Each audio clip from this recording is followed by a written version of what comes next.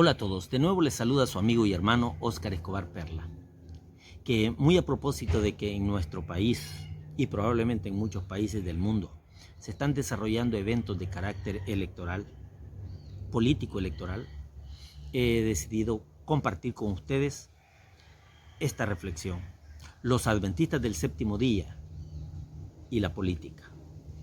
¿Debemos involucrarnos en política los adventistas del séptimo día? ¿Los cristianos debemos involucrarnos en política? ¿Es correcto hacer campaña por un partido o por una persona? ¿Deberíamos tomar posición sobre las cuestiones sociales de la actualidad? ¿Debemos votar siempre? Nuestro objetivo no es resolver la decisión individual y menos decidir por otros, porque cada cristiano, cada adventista del séptimo día debe tomar su propia decisión después de considerar de forma individual el problema y a la luz de su conocimiento de las Escrituras y la instrucción del espíritu de profecía. Queremos proporcionar algunas referencias y hacer sugerencias que podrían ser útiles para aplicar las declaraciones a las situaciones actuales. Hay muchas declaraciones pertinentes al tema de hoy en diversos escritos de la hermana Elena G. de White. Los que se presentan aquí son solo una pequeña ayuda inicial. Recomendaciones al miembro adventista, el cristiano de hoy, en referencia a la política. El punto de vista adventista, el ejercicio del voto o la participación en política debe basarse en la enseñanza de la Biblia y en las instrucciones del espíritu de profecía. Y con respecto a los asuntos políticos, nuestro punto de vista debe ser moldeado por nuestra comprensión de las profecías y por nuestra filosofía de la historia.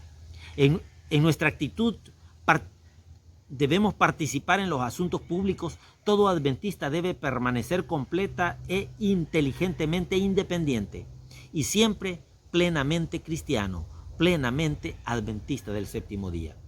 Como adventistas del séptimo día debemos estudiar los asuntos contemporáneos en lugar de solo la historia pasada.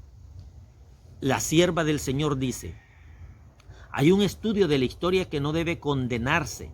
La historia sagrada fue uno de los estudios que se hacían en la escuela de los profetas.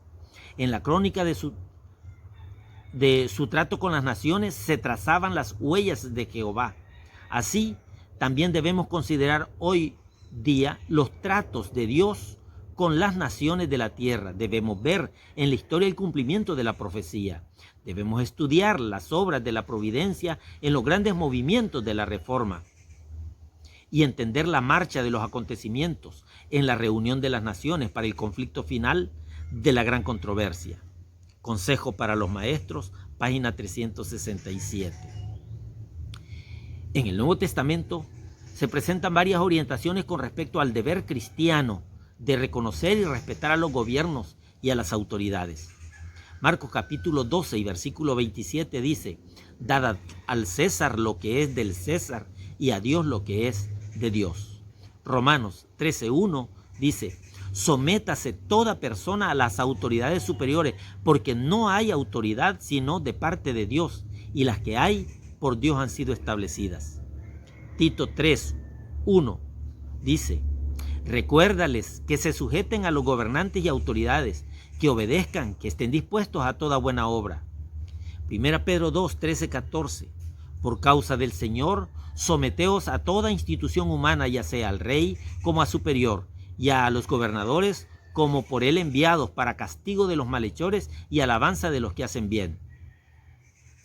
Amigos, solamente cuando los poderes temporales imponen la transgresión a las leyes divinas es cuando el cristiano debe asumir la postura presentada en el libro de los Hechos capítulo 5 y versículo 29. Respondiendo Pedro y los apóstoles dijeron: es necesario obedecer a Dios antes que a los hombres. Los cristianos, si votamos, debemos votar con inteligencia. Es un error de nuestra parte unir nuestros intereses con algún partido político para echar nuestro voto en su favor. Los adventistas, los cristianos, si votamos, debemos permanecer libres e independientes. No debemos votar sin analizar los candidatos y las cuestiones individuales.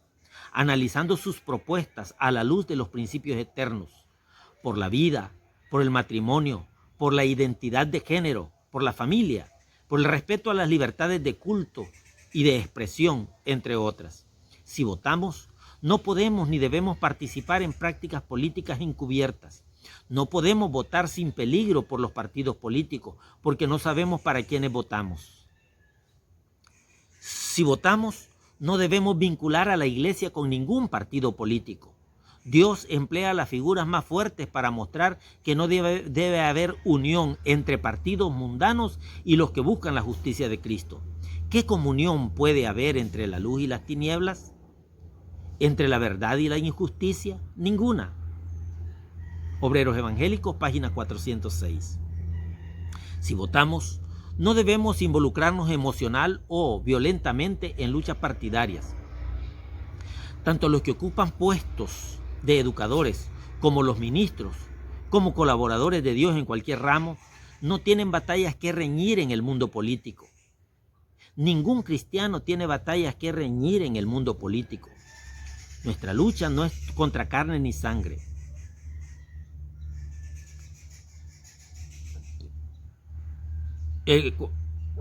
En cualquier ramo de la vida, nuestro interés debe ser poner por alto al nombre de Cristo Jesús y su Evangelio. Nuestra ciudadanía está en los cielos. El Señor nos pide que seamos un pueblo separado y singular, un pueblo peculiar. No debemos involucrarnos en opiniones políticas para ventilarlas públicamente. Cada maestro, cada predicador, cada dirigente de nuestras filas que se sienta incitado por un deseo de ventilar sus opiniones sobre cuestiones políticas debe ser convertido por una creencia en la verdad o renunciar a su cargo dentro de la iglesia. Obreros Evangélicos, página 408. Es importante seguir estos consejos porque es importante saber que Dios nos ha llamado a enaltecer el nombre de Cristo y no el nombre de los políticos. Dios te bendiga.